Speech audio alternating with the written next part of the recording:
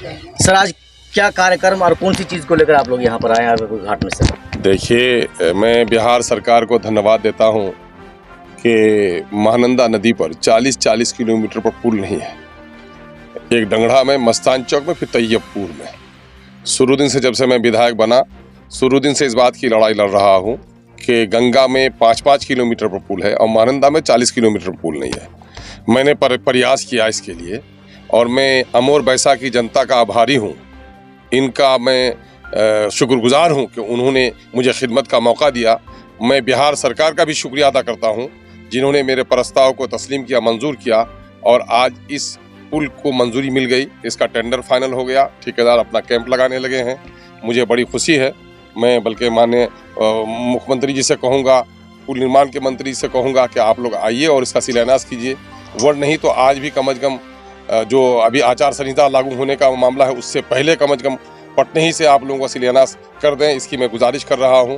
और मैं समझता हूं कि इस पुल के तामीर से न सिर्फ आने जाने का एक रास्ता खुल जाएगा, 10-15 किलोमीटर की दूरी जो किशनगंज से है, इनकी इस पुल से 40 किलोमीटर तय करके अभी भाया किशनगंज के मस्तान चौक होते हुए उनको जाना पड़ रहा है।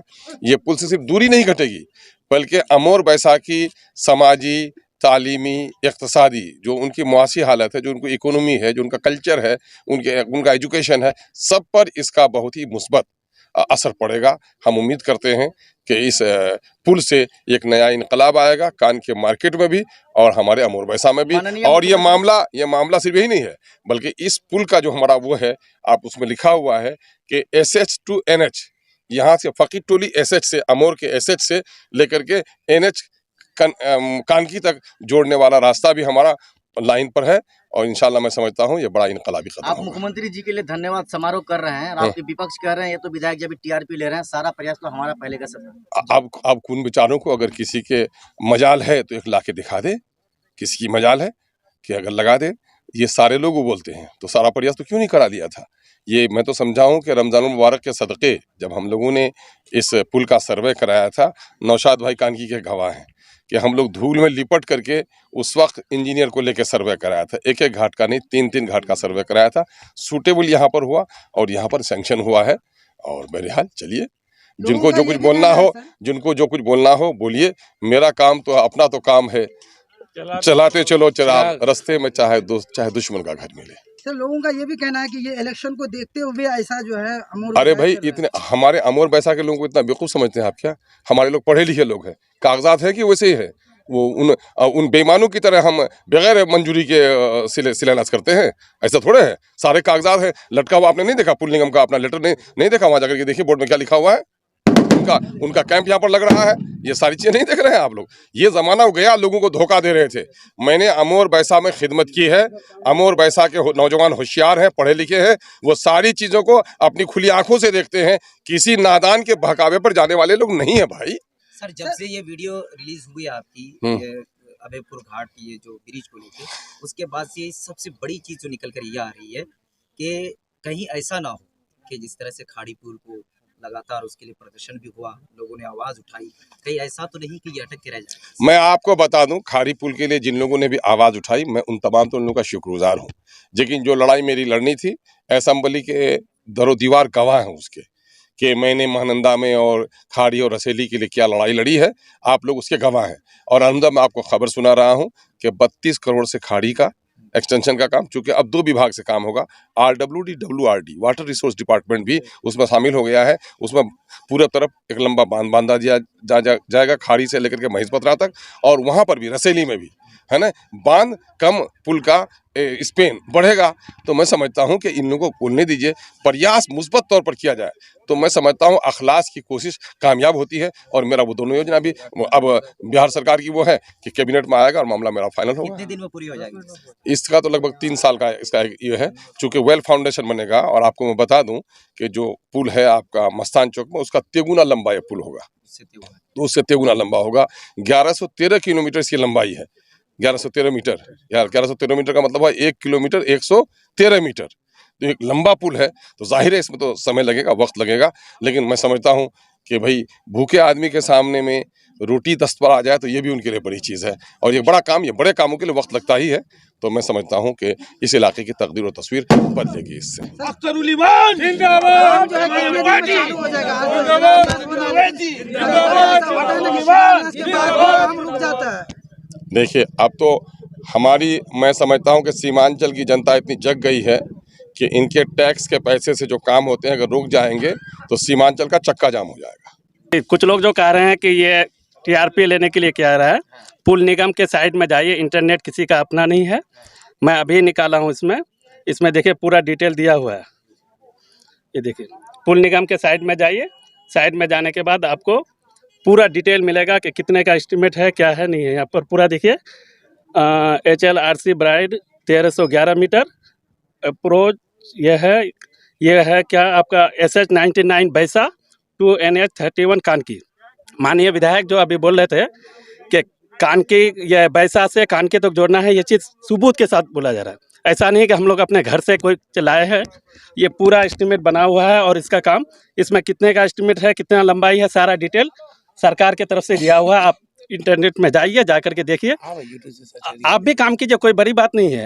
यहाँ पर कितने मेहनत से काम किया है, इंशाल्लाह और कुछ काम होगा। आप लोग भी माननीय सांसद को कहते हैं ये काम आप भी लाइए। आज़ाद भारत में सबसे बड़ा सीमांचल के लिए जो योगदान अख्तरुल इमान साहब ने जो कोशिश की है, ये पुल आपके सामने है। हम अख्तरुल इमान साहब और पूरी आवाम, हम लोग बिहार सरकार का भी शुक्रिया अदा करते हैं कि इतना बड़ा ये अख्तरुल इमान साहब आवाम की जो चाहत थी उस पर उन्होंने किया। आप खुद देखिए कि डंगड़ा पुल और आपका मस्तान चौक का पुल जो है उससे भी बड़ा ये पुल बनेगा।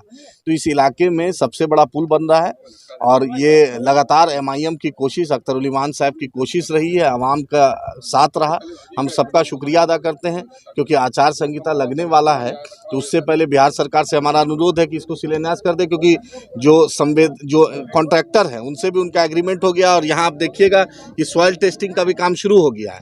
इसीलिए हम अनुरोध था कि बिहार सरकार भी इसको कर दे। ये बहुत हम शुक्रिया अदा करते हैं सभी लोगों का जिसने प्रयास किया, खासकर यहाँ के स्थानीय विधायक अख्तरुल इमान साहब का शुक्रिया अदा कर रहे हैं कि आपने देखा भी उस वक्त के जो मिनिस्टर थे उन्होंने असेंबली में भी बोला कि अख्तर साहब आप लगातार इस मुद्दे को उठाया और इसलिए आज ये हो पाया है। तो यही क़यादत इसी को कहते हैं कि अपनी आवाज़ अगर आप बनाइएगा, अपने लोगों को जिताइएगा, अपनी आवाज़ बनाइएगा, अपने लोग का साथ दीजिएगा, तो पुल पुलिया सड़क या कोई भी ऐसी चीज़ नामुमकिन नहीं है। सरकार बनाएगी लेकिन सही वक्त पे आपको अपनी आवाज़ पहुंचाना पड़ेगा। हमारे साथ यहाँ के स्थानीय लोग भी हैं, पुराने पॉलिटिकल लोग भी हैं, जो लोग इस एरिया को देखे हैं, इन लोग से भी आप अपनी बात ले सकते हैं। हम सबका शुक्रिया अदा करते हैं और ख़ासकर अपने विधायक अख्तरुल इमान साहब का शुक्रिया अदा करते हैं कि इतना बड़ा कामयाबी मिली, और आवाम का शुक्रिया कि आवाम ने जो ताकत दिया था, अमूर में उनको जो जिताया था, उसका एक नजराना, एक तोहफा, एक छोटी सी कोशिश है। अल्लाह के फजल से इंशाअल्लाह ताला ये काम जारी रहेगा। बैरिस्टर असदुद्दीन ओवैसी साहब भी महानंदा में पैदल चले थे और लगातार सीमांचल का मुद्दा लोकसभा हो या दुनिया का ऐसा कोई प्लेटफॉर्म नहीं है जो बैरिस्टर असदुद्दीन ओवैसी साहब ने नहीं उठाया।